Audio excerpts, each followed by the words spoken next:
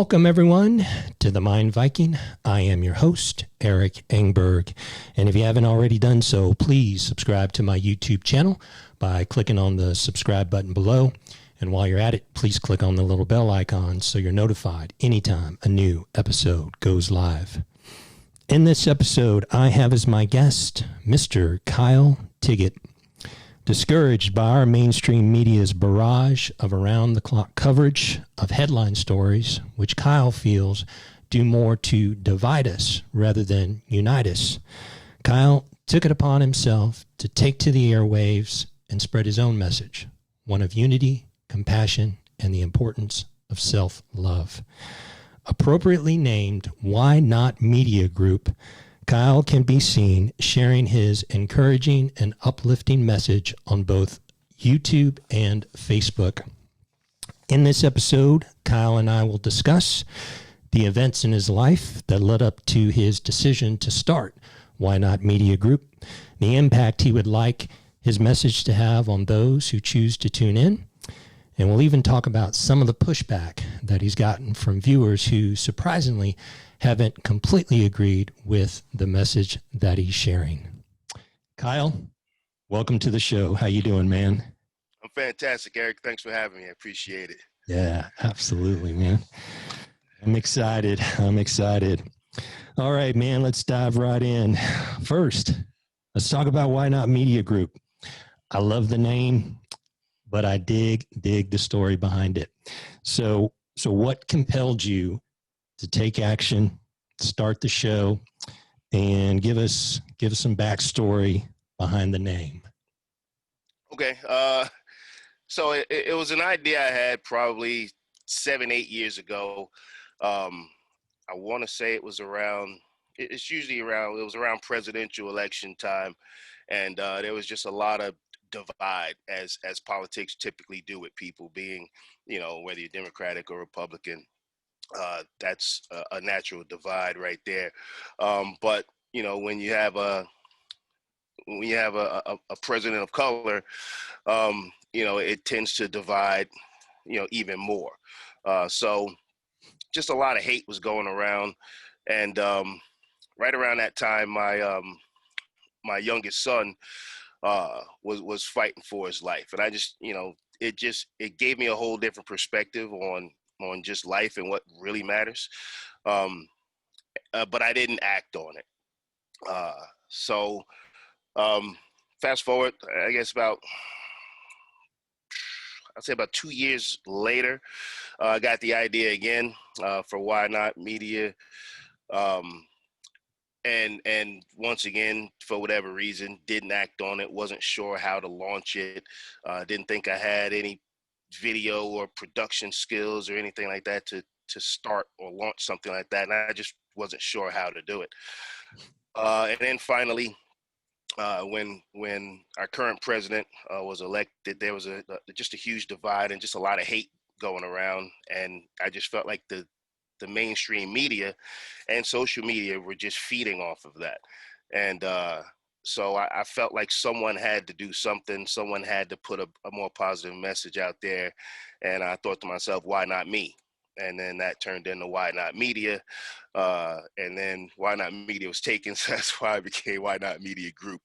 And that's it in a nutshell. Just trying to spread a different message, like you said in the intro, of more unity instead of the divides. Yeah, that's cool. See, I didn't know that. Okay, so Why Not Media was taken. So Why Not Media Group was still available. Correct. Yeah, you say that, and it's kind of funny because I when I was trying to name my show, I went through probably 20 names before I landed on the Mind Viking. I had like 20 other choices that I wanted, before finally ending up on the name that I chose. And for me, man, it was like, okay, well, which name doesn't have a website, So I'm jumping on GoDaddy and I'm checking to see, hey, does this one have a website? And every one of them had a website. So I was like, but this one didn't. So I'm like, all right, I'm going to go with that's this one. cool. Yeah. That's cool. Hey, man, so So tell us, man, what are some of the topics that you cover in your show, in your episodes? And you've recorded how many now? Like 8? 9. 9. Okay. 9 total. One is currently lost. I believe it's episode 6 or 7. It's one of I I was encouraging people to vote, and somehow my video mysteriously disappeared from YouTube. I mean, from Facebook, and because it was live, it wasn't saved.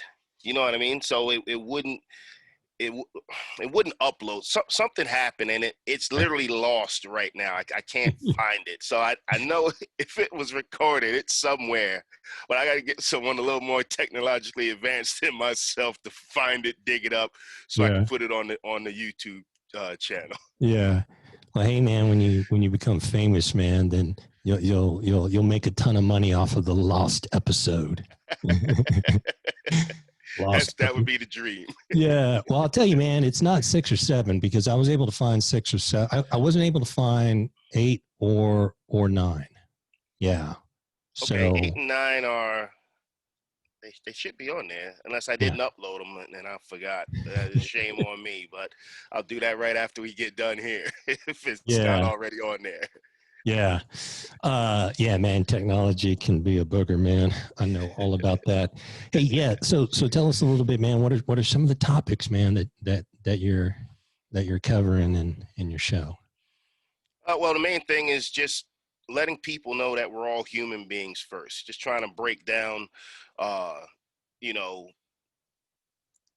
what society and what the media tells us are races and things like that. It's not actually it's not all the time factual. I talk about things like being black or being white. Like that's not a race. You know what I mean? So the only true race we have is the human race.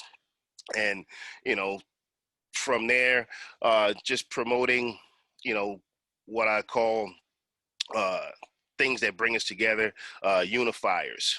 So if we all call ourselves human, then that's a unifier. If we all show love for one another, that's a unifier. Showing compassion for one another, that's a unifier. So a lot of things I talk about. It's anything that I believe can bring the human race closer together in this world we live in, so that we all can just get along better. Yeah. So why is that important to you, man? I mean, so important that you were compelled to take action, go out on a limb, because, your shows, unlike mine are recorded. So, if I really screw up, I can go back, edit and all that. But yours is raw, man. I mean, and anywhere from, 6 minutes to 12 minutes. And, man, you sit in front of a camera, your phone or your laptop. And, man, you just kind of share what's on your heart. So why do you think why is it so important to you for you to get this message out, man? Mainly for my kids, being a father of 5 kids, I don't like the world, the state that the at least America is currently in. And if I have to raise children here, I feel it's my responsibility to try and make a positive impact in the world that they in turn will have to live in someday. And if they can get some of that love and compassion from myself and carry that forward and be that next generation or that next wave of change, as in change of thought and ideology of how we should interact with one another, then I feel like I've done my part. Yeah. Yeah. I like that, man. I like that. Hey, man, in episode 4, we're introduced to Connor, a young homeless man in need. And you found Connor sleeping under a trailer outside your place of business. And you knew that you had to help. And in episode 4, you say and I quote, "As a human being, it's hard for me to watch another human being sleep on the ground under a trailer. I feel like I have to do something about that. That's my goal and my mission." So, for those watching who aren't familiar with Connor's story, tell us what you learned about him and some of the things that you've done to try at least and better his situation. Okay. Yeah, I was at work one day, and like I said, I saw a young man laying under a trailer, and it was raining, and I just felt like that was just an awful situation to be in for any human being. So uh, I came home I think that was a Friday. So that Saturday, I went to a store, bought a backpack, a blanket, a pillow, some socks, some underwear, a couple of t-shirts, some non-perishable items, some water, loaded up this backpack, and basically made a care package for him. And I just wanted to try and start a conversation or a dialogue with him to find out how he got there, what circumstances led to him being there under that trailer. And he the initial reaction was pretty good. uh he seemed a little taken back, like, why is this person trying to help me? But he finally told me his name was Connor, and so I would just talk to him every day. I would bring him after the initial care package I gave him. My wife would cook food and cook meals for him. I would try and talk to him every day. Some days he wasn't there, so I didn't talk to him every single day, but I did my best to try and talk to him every day. But then I don't know. It, it felt like I was forcing myself on him because he had stopped giving me some information. So then I went to just trying to talk to him every other day. And then in that, found out his name was Connor Smith. He told me he was from Seattle, and he had been out here in Philadelphia a couple of years. Didn't say exactly how many. Told me he was somewhere in between 32 and 35, because first he said he was 32, first he said he was 35, then he said he was 32. So I don't know if he was just trying to throw me off. But the more I kept asking, how did he get there? Or how did he get himself in that situation? That's when he would usually, clam up and start giving me one-word answers. And so, I'm no psychologist or anything like that. So but I could tell that, whatever it was, whatever got him there, he still wasn't comfortable talking about it, especially talking about it to a complete stranger. So, yeah, my goal was to try and, find out where his family or friends were back in Seattle, and get him a plane ticket back out there if I could, if that's what he wanted to do. Yeah. So for those who may not follow you, new to you and your show, you actually live in New Jersey, right? Correct. So all of this is happening in New Jersey. So if he's from Seattle, I mean, he's from Seattle, Washington. This is I work in Philadelphia, Pennsylvania. Oh, okay.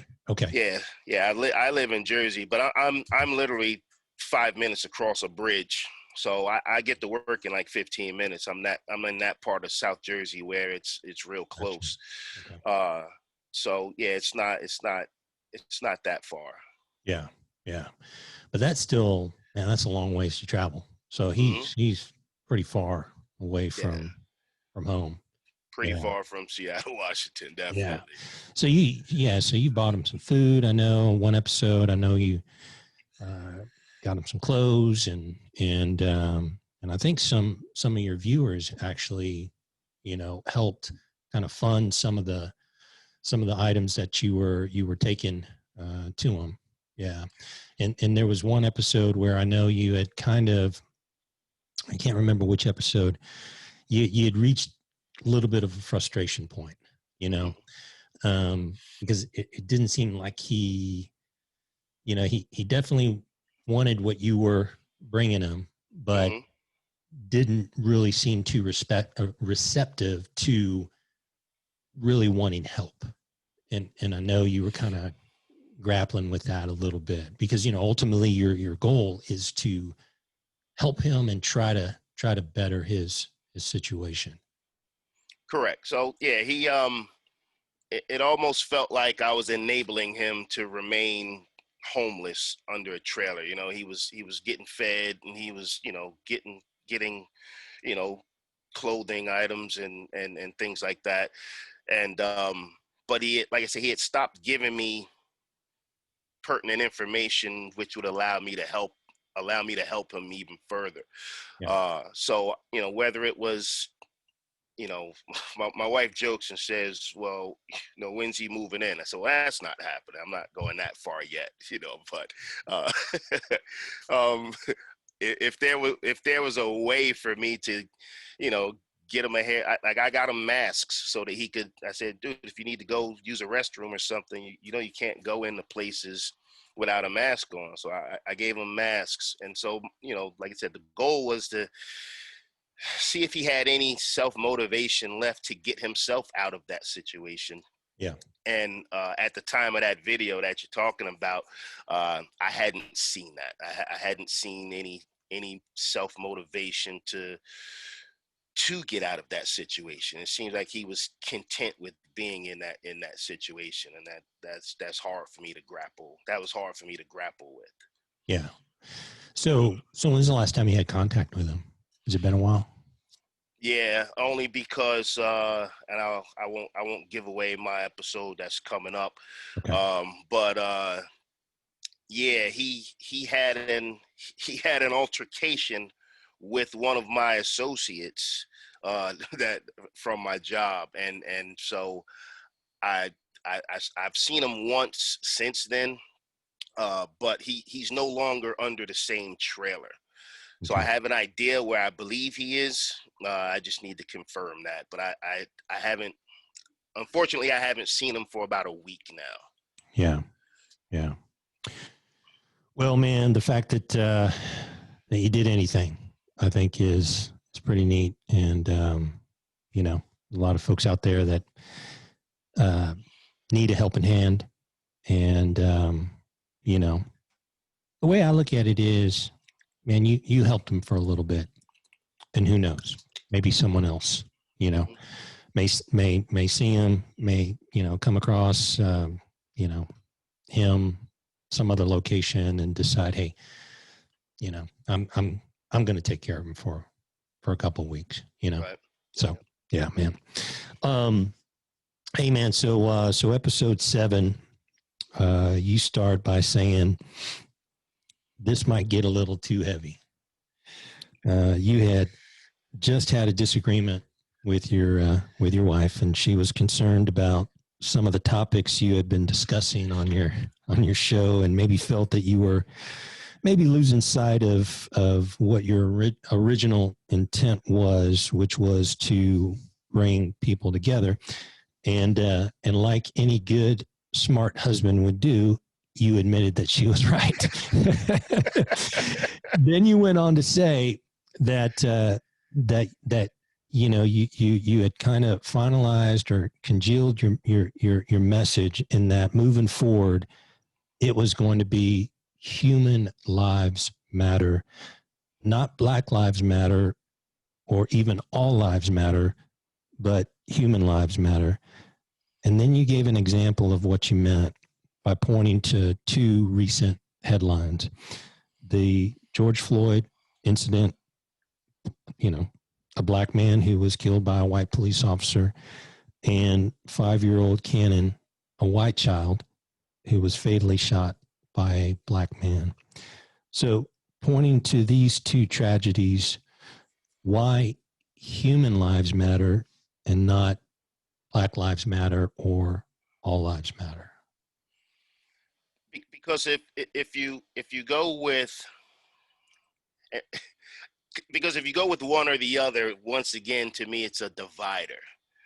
You know, a lot of times I feel like all lives matter is said in direct opposition of Black Lives Matter. And a lot of people believe that, you know, the Black Lives Matter movement divides the country between, you know, black and white, you know, and I disagree. But in order to try and bring unity or change the conversation, then I've said it in another video, you know, we have to change the words we use, you know. Yeah. And so if everyone agrees to see everyone as a human being first, then human lives matter, which would include Black lives, which would include all lives. And so, you know, what a lot of people like to forget is that even there were laws stating that Black people weren't a full person. And so when people understand that, and do the research and gain the knowledge to understand why Black people feel, you know, disenfranchised or just not a part of the country, because we weren't a part of the country for so long. Yeah. But if we start seeing ourselves as human beings and condition people to see us as human beings just as they are human beings, then I think we can get more dialogue and conversation started. Because Yeah. let's be honest, the world isn't ready to have Black and white people be equal. It's been the reverse so long. It's going to take a longer amount of time to get there. And as long as you keep putting, you know, if you keep pushing for Black equality, I feel like there's always going to be that undercurrent of pushback. Whereas if you say human equality, how do you argue that? See what I mean? Yeah. You can't argue, you know, we're all human and we should all treat each other this way, as opposed to, you know, well, Black people are being treated this way, disproportionately to, you know, other ethnic groups. Yeah. Hey, man. So, and I agree with everything that you said. So you're a Black man in America. You and I are the same age, and I'll share with you that I wasn't asked the question. I asked the question of myself before the George Floyd incident happened. You know, do I think Black people are at a disadvantage in America? And the answer was no, I don't think so. And I really genuinely didn't think so. And then I started educating myself. I watched 13th Amendment, which was a very powerful film. Then I watched several episodes of Uncomfortable Conversations with a Black Man, Emmanuel Acho. Yep. Yeah. And that, you know, I haven't seen all of his episodes, but, you know, the first 3, man, taught me so much. And, you know, you talk about how, you know, for so long, you know, the Black community, one, wasn't really considered, you know, like you said, to be, you know, to be a person, an equal person, you know? And one thing that Acho said that really stuck with me was, and let me find it. Yeah, he gives an example of how blacks are disadvantaged. And when he said it, shared it with me, man, it was like the light bulb went off, you know? So he said that, you know, he was asked a question by a white person. Why do you think white privilege exists? And his answer was, if you and I were in a race and the official at the start line held me back for the first 200 meters, and you had a 200-meter head start, the only way to level out that race is to either stop you from running or put me in a golf cart so I can catch up. And for me, it was like, man, I had never looked at it that way. And then he followed it up with a quote from LBJ, where LBJ said, you can't shackle and chain someone for hundreds of years, liberate them to freely compete with the rest, and still justly believe you've been fair. So, you know, I'm hearing this. I'm, you know, I watched 13th Amendment. I watched the movie about the Central Park Five, and you know, just one after the other, it was a paradigm shift in my thinking. And you know, I asked that same question. My answer is yes, most definitely. You know, black people are disadvantaged. You know, that doesn't mean that they, you know, can't excel, can't you know, achieve great things. But again, you know, when you look at it from, you know, the analogy that Acho gives, you know, for so long, you know, you guys couldn't learn to, you know, you and I talked about it, couldn't learn to read. You know, you weren't given you weren't allowed to learn the basic skills needed to go out in the world to survive. And yeah, man, do you want to add anything to that? Yeah, it's you know, well said, and I appreciate you you know, opening your mind and you know, taking the time to listen and educate yourself. We need more people like that uh, to do that. And so, like you said, the argument usually is, you know, well, look at this person and look at this person, and you know, black people have the same the same avenues or the same opportunities as everyone else. Individually, yes. Collectively, no. Like that's the difference. Collectively, we don't have the same support system that other cultures have. You know, we don't have like we don't have a country. Black people born and raised in America don't know who they are. They don't know where they come from.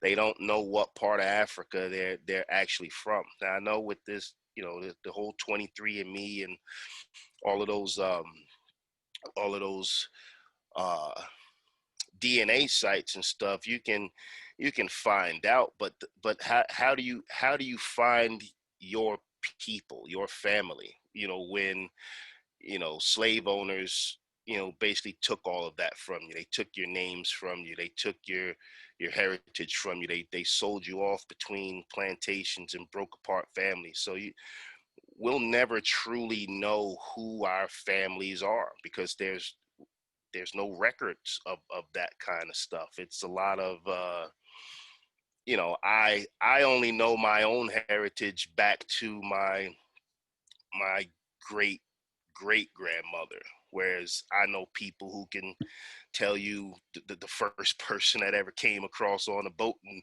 how they still have, you know, however many generations of families in Italy or Scotland or, you know, Spain, wherever their original ancestors are from. Like we don't have that. So when you don't have a base or a support system, uh, like like like black people had at one point around the whole Black Wall Street time, uh,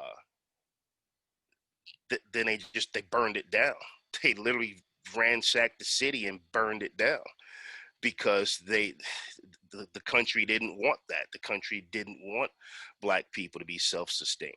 And so, like I said, individually, yes, we have a ton of successful black people in America, but collectively, we don't have the base and the tools to help and pull one another up like we should. So that's why you see a lot of people who feel like people like Oprah Winfrey or Tyler Perry, or, you know, some of these black people in power positions, some people feel like they should be doing more for other black people, and it's unfair. It's not necessarily their job, but they should be opening and awakening that spirit in other people to get some of those things going. It's great that Oprah Winfrey opened up a school, but it's in Africa. Where's the school here in America? Mm. You know what I mean? Like these things that they do, um, you know, to give back. We need to give back and start, you know, those things here. My kids know about, you know, finances and voting and things like that because I learned it and I'm teaching it to them. My parents didn't know anything about that stuff. You know what Yeah. I mean? So, Yeah. you know, generationally, you know, I was the first person in my family to even go to college. And Yeah. so, you know, it's like, that's what I mean. Collectively, we're still at a disadvantage, even though you see a lot of individual success in the black community. Man, you bring up a great point. You know, we as children, we learn so much from our parents, Mm-hmm. but you backtrack 2 or 3 generations, and if your parents, because of either living under Jim Crow laws Mm-hmm. or prior to that actually being enslaved, there was nothing to pass on. Yep. You know, except pain, you know, Yep. and except just surviving. Yep. So that's a perfect example of being disadvantaged. You know, I mean, we're not that far removed from that period of our history. You know, Right. we're really not. We're really not. And Emmanuel, yeah, man, he says exactly. He echoes exactly what you just said. You know, and I took notes and I watched, and he said that, you know, white people have always been esteemed in America. It's always been home to white Americans, but blacks, you know, and I'm paraphrasing, they feel like they're visitors. And you know, and you and I touched on this, and you had said that there are some that wonder, you know, why do black people get their own month? Why do they get Black History Month? And Emmanuel, you know, he tries to explain it. You know, hey, all we've tried to do is stand up and esteem ourselves, stand up and band together. That's why we often refer to each other as Black kings and Black queens, because a society and culture that has forever tried to tear us down, we realize that we have to depend on each other to lift one another up. Yeah. Yeah. Powerful Yeah. stuff right there. Yeah, man. Yeah. Um, And not to get too far off in the weeds here, and make this about, some of these divisive headlines that I know, we're trying to not focus on. We'll bring it back around. Yeah. But I think, from the white perspective, some of the angst that maybe,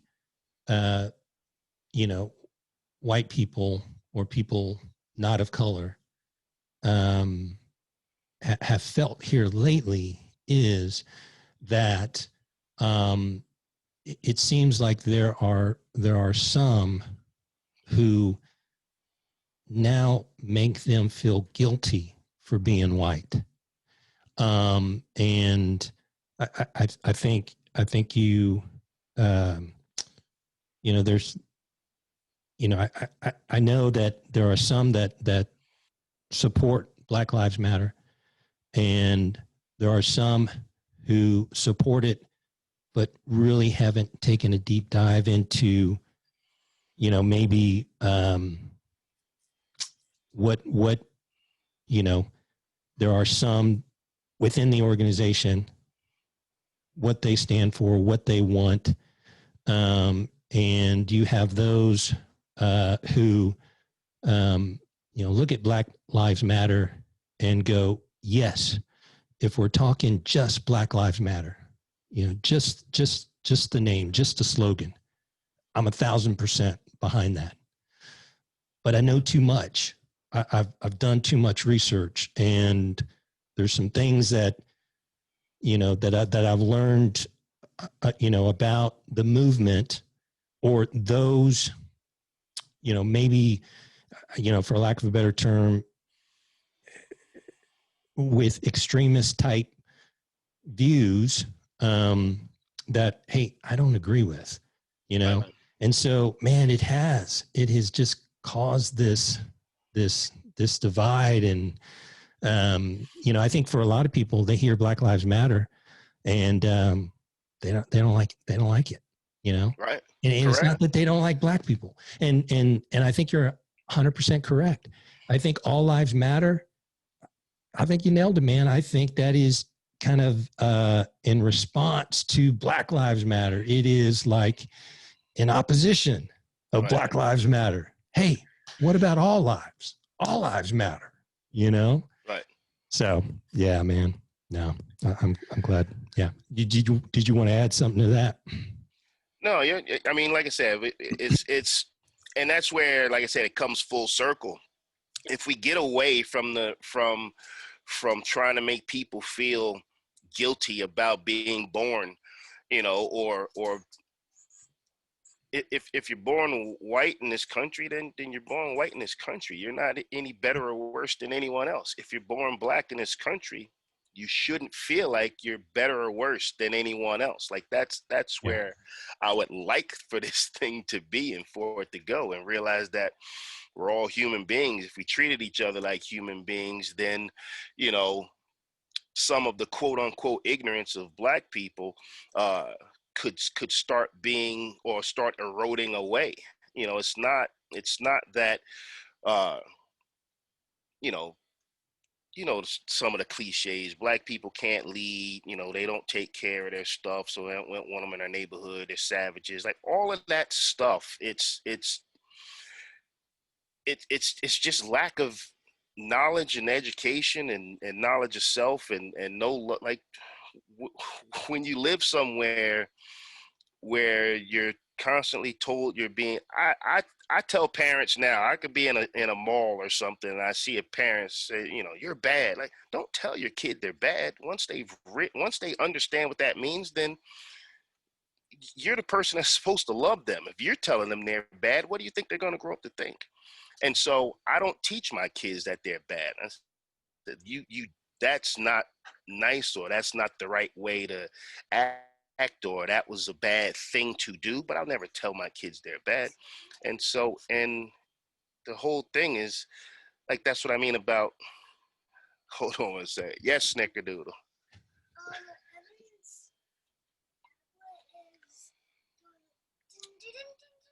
Okay, buddy. Sorry about that. Hey man, that's okay, man. That's so okay. so my point was, like, when you've been in a country that, you know, every every everything you hear about yourself is bad, then some people aren't strong-minded enough to rise above that. And if you have no support system and no base, like I talked about, to teach you otherwise, then, you know, you think it's okay to, you know, burn your own stuff down, and, you know, let your home, you know, just deteriorate and not care, and just don't take care of your stuff, or like whatever reasons people have for not wanting, you know, whether it be black people in their workplace, black people in their neighborhoods, black people in their businesses. You know, if those people don't help teach us how they would like for other human beings to be, act, you know, then you're also not part of the solution. Because just saying, oh, well, I don't want anything to do with them, you're not there's no conversation, there's no dialogue, there's no helping. And if you try and then they brush it away, then at least, you know, you've done your part to try and help them rise out of that. And if they choose to stay in the muck and the mire, then that's on those individuals. Yeah. Yeah. You're right, man. Hey, so you also mentioned in that same episode that that you have received some text and DMs, direct messages from people who you describe were coming at you with divisive angles. You want to elaborate on that a little bit, man? Because I watched that and I'm thinking, man, I wonder what what feedback he's gotten, what pushback, or you know. Some of the same things I was just saying. Just people saying, you know, why force yourself on people, or, you know, why well, that's just the way it is. Why can't you let it, you know, be like that or stay like that? Or, you know, Referring to you helping Connor out. that was part of it. But Yeah. just me, like I said, some of the episodes I was trying to tell people about, you know, just local politics and how it affects your city, town, and state. And like I said, I believe the episode that's lost, I was talking about how 3 of the last 4 presidents all started as local politicians. You know, Bill Clinton was the governor of Arkansas. Um, uh, George W. was governor of Texas. Obama was a senator in Illinois. You know, Trump's the only one that didn't come from local politics. So if you pay attention to local politics, you know, you can be more prepared when those people try and go national. And one of the messages I got sent a video message. I don't even want to give this guy any credit. The video was a guy stating, you know, Black History Month, black colleges, black owned, this and that, but we're the ones being called racist. This was a white guy saying this. And so the person who sent it to me, I just asked a simple question: why did you feel the need to send that to me? Mm-hmm. And I got no response. And so I just simply replied, you know, we have to have a Black History Month because our history isn't taught any other time. We had to have historically black colleges because we weren't allowed into uh, America's schools at the time. We had to have black only restaurants because they were white only restaurants where we couldn't go to eat. It's out of response. It's not because we're trying to be, you know. So people like that, I don't understand how they don't see that it was we didn't start that. It was in response to what was already going on in the country. Yeah. And then that person unfriended me, and it is what it is. Like I said, I'll never do it. I'll keep the conversation going just to try and educate them on those things. But yeah, and you're right, man. You have to keep the conversation going. Mm-hmm. You do. Now, if it reaches a point where it gets toxic, then end the conversation. Exactly. I don't ever see you taking it to that point, but if it ever did get to that point, sure, it's time to just agree to disagree. But if by chance this one gentleman does end up watching your interview, I would encourage him to at least watch the first 2 episodes, maybe even 3, of Uncomfortable Conversation with a Black Man. I mean, it was just a perspective that I never heard, and a lot of the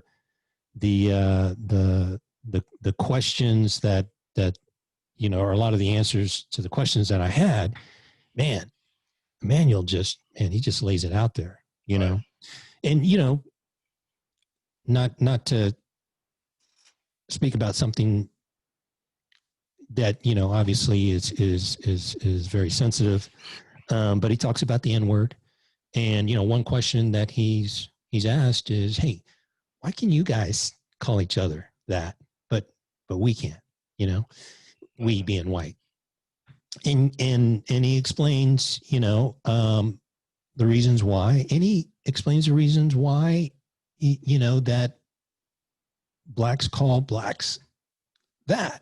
Right.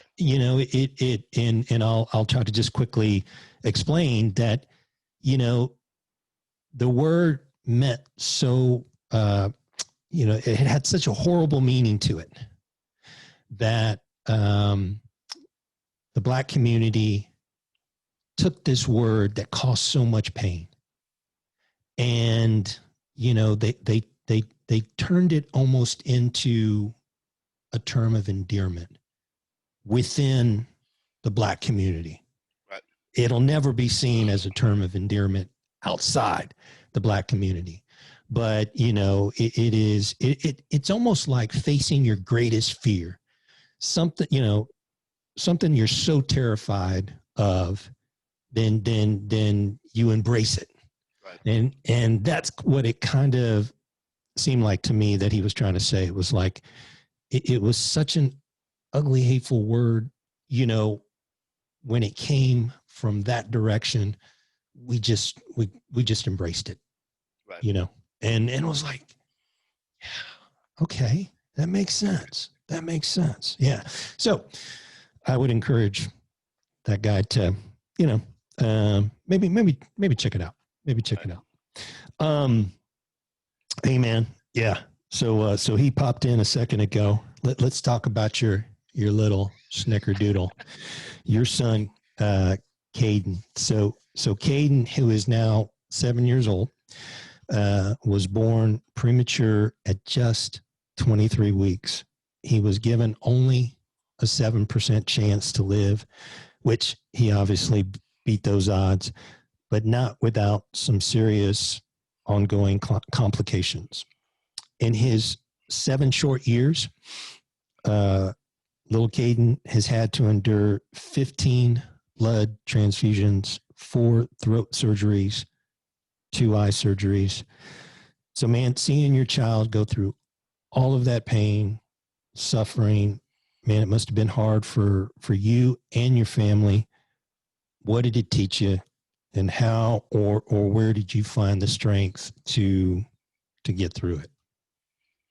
Well, it was a trying time, and I just remember my wife woke up and she's like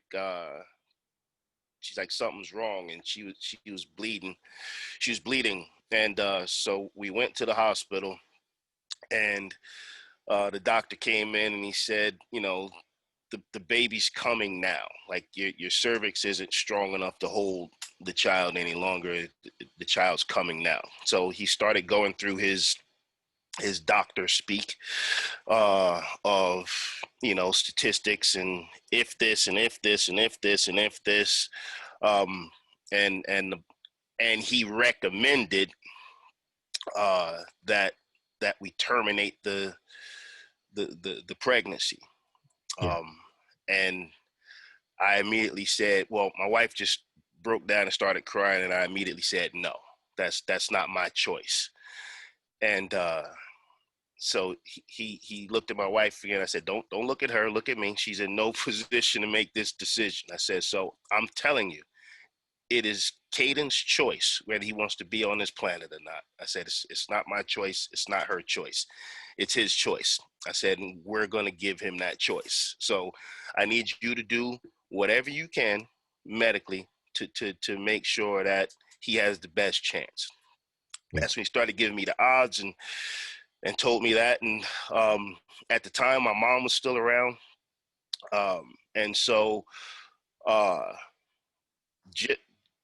just through, I guess, my own family support system, like I said, for those who don't know, my mom was an ordained minister for the Church of Christ, and so she had a strong faith. So she prayed with us all the time.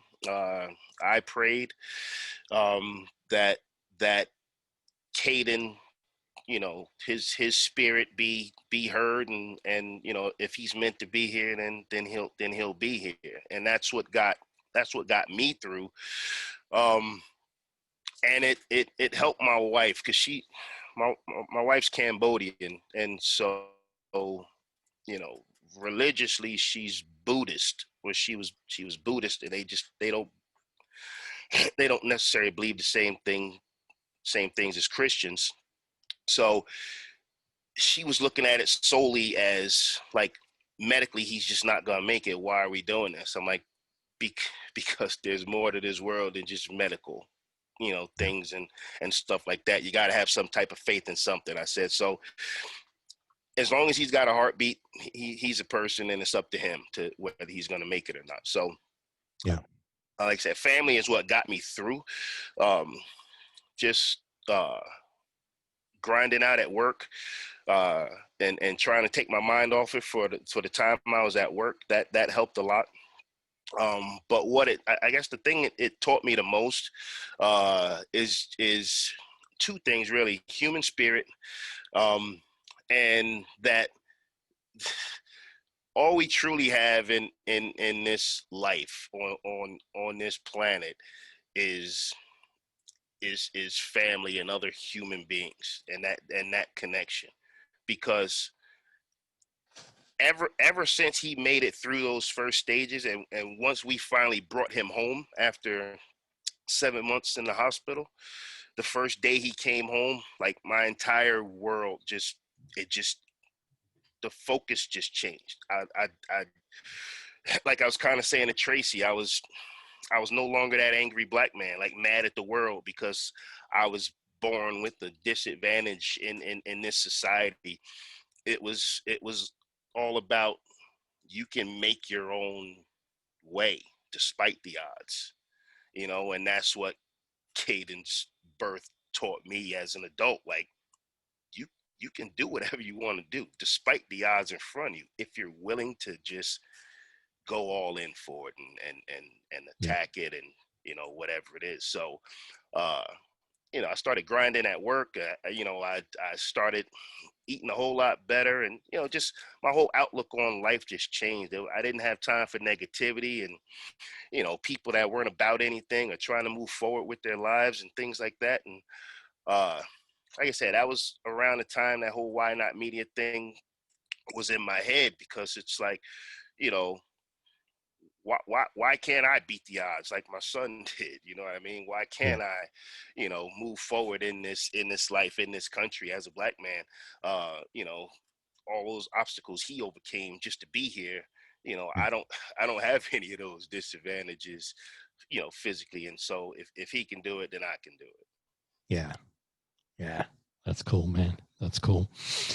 Hey man, let's lighten up the topic here a bit. All right. So So you're a Jersey boy. You were born and raised in Jersey.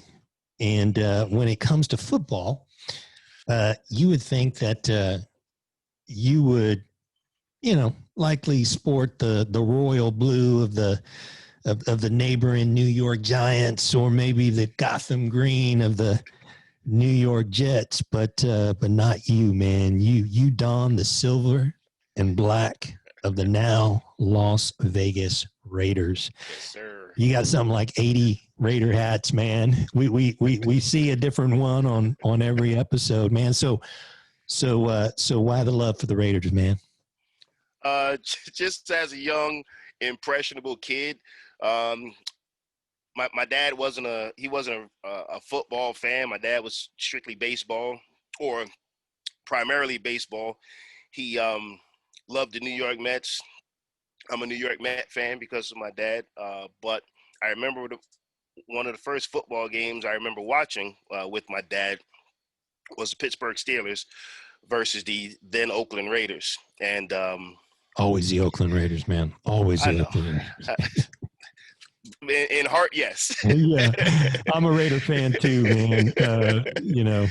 I'm not a practicing Raider fan. I've been kind of out of the game for a while, man. But yeah, we both have a love for the Raiders. Yeah, that's fine. So yeah, so when they won that game, it was the Steelers had just won back-to-back Super Bowls, and so when the Raiders beat them, me being young and impressionable, I was like, oh, that team must be real good that they beat the two-time Super Bowl champions. And then that's the season that the Raiders went on to defeat the Philadelphia Eagles in the Super Bowl. And I've been hooked as a Raider fan ever since. Yeah, man. Yeah. And I was wondering why I found this hat that I wear. I found it at this place where I get my real estate signs and stuff like that made. And, you can get logos and stuff, embroidered on the hat. And he has like racks and racks of different, color schemes. And I saw this hat and I bought like 5 of them, and it wasn't until I talked to you and we started talking about the Raiders. I'm like, silver and black, baby. That's why I like this hat, man. Man, I'm just out of practice. I'm out of practice, man. That's great. Well, hey, man, we're going to test your knowledge of the history of your beloved Raiders. Okay. We're gonna do that with a little Raider trivia, man. If that's okay, man. You good with that? Yeah, be easy on me though. Hey, yeah. It doesn't get any easier than true or false, man. I got 6 true or false questions for you, man. So you got a 50% chance on. Oh, look at that, one, man. That's better odds than Kaiden. Right? Yeah, there you go, man. Hey, Kaiden can do it. Exactly. Yeah. I think you're probably going to get most of them, man. Yeah. You better, man. I know. You have to pick another team, man. Exactly. Question number 1. True or false? Bo Jackson has the longest run in Raider history, 83 yards against the Seattle Seahawks. That is true. 90, no, it's 93 yards. 93. You threw me off with that. That's a good. I gotta listen to the question. That's a good. You gotta listen to the question. Yeah, I man. gotta listen. You're right. Hey, I took this on. I got that one wrong too. I picked true. That's funny. All right, man. Question number 2, and I know you're a Tim Brown fan. So, wide receiver Tim Brown, again, true or false, is the only man in Raider history to score a run, a reception, a kickoff return, and a punt return. True or false? For touchdowns? History to score. So yes, to score a run, reception. History to score a run. Yep. Yeah. He scored by running, receiving, punt return, run, and kick return. That reception. is true. Yep. Ding, ding, ding, ding, ding. True. All right. Question number 3. The Raiders have always worn silver and black. That's actually false. Yeah? That's false. How do you know, man? I got that one wrong, man. I'm like, Is yeah, they false. always been silver and No, black. they wore black and gold, believe it or not. Back in the... You are a true fan. Yes, sir. Back in the 1960, when they were still in the AFL, they had black jerseys with gold letters. Then in 62, I believe it was, they went to the silver and black, but it still had a little gold trim right on the sleeve there. And then I forget, I want to say 63 or 64, they finally got rid of the gold. Yeah. Silver and black. Yeah, so black and gold, you're right, man. Black and gold were the original colors of the Raiders in 1960. They wore them the first 2 years. Oh, look at that. Yeah, man. I didn't even know that, man. Yes, I did not even know that. Let's see here. Okay. Next question. True or false? Gene Upshaw was the first Raider to be inducted into the Hall of Fame. That's false. Who was the first? The first, let me go back. It's got to be, what the heck's his name? Is it George Blanda? No. It's not George Blanda. Then it has to,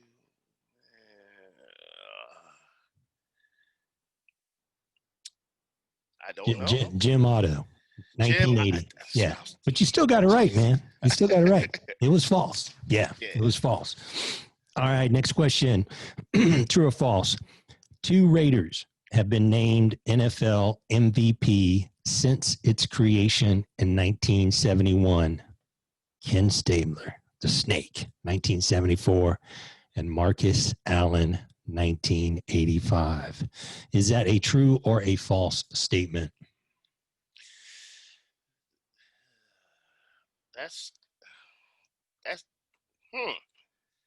I'm going to say that's true, because I don't think anyone else has been named MVP from the Raiders. League MVP? Just said named NFL MVP. So, yeah, I guess league. So 3 Raiders have been named MVP. I don't even know who this guy is, man. Rich Gannon? Oh, Rich Gannon. Oh, I forgot about that's the year we went to the Super Bowl. Rich Gannon was named league MVP. He led they had the number 1 offense that year. Yeah. 2002, man. 2002. Yes. All right, man. I know you're going to get this one, man. Last question. True or false? In Super Bowl 18, man, I had to count the little X's and V's, man. I'm like, oh. In Super Bowl 18, the Raiders lost to the Redskins 21-20. True or false? That's false. We smashed those Redskins. It was like 34-13 or something crazy like that. That's the famous Marcus Allen reverse run game. Was that it? Yeah. That was that game. About that. Yes. Yeah. It was 38-9. 38-9. I know we smashed them. Yeah. Brother, I would consider you a true Raider fan, man. I think you only missed what? I got 2 wrong. 2 wrong. That's bad. But still, man, 4 out of 6. 4 out of 6. I'll take it. Yeah, man, if you ever want to practice, man, all I did was Google Raider trivia. Raider trivia? Yeah, man. Very nice. I need some practice. There's actually, on this, there was 10 questions. The first time I took it, I didn't even score high enough for them to give me a score. I got like 2 right, and they wouldn't give me the right answers. You have to get at least 3 right. I'm like, God, dog it. I had to go back and take it, man. That's funny. Hey, brother, I want to thank you for coming on the show, man. I dig what you're doing. You know I do, man. Keep at it. Keep spreading the good news. Try not to get too discouraged by any of the naysayers. And man, I'm gonna leave you with this quote, because I think it applies to you, man. And I think you'll like it, man. I think you'll like it. And there's a lot of different variations out there of this quote, but this is the one that I like the most. First, they make fun of you. Then they want to fight you. And then you change the world. So keep That's changing awesome. the world, brother, man. I appreciate you, Eric. All right, brother. Go Raiders.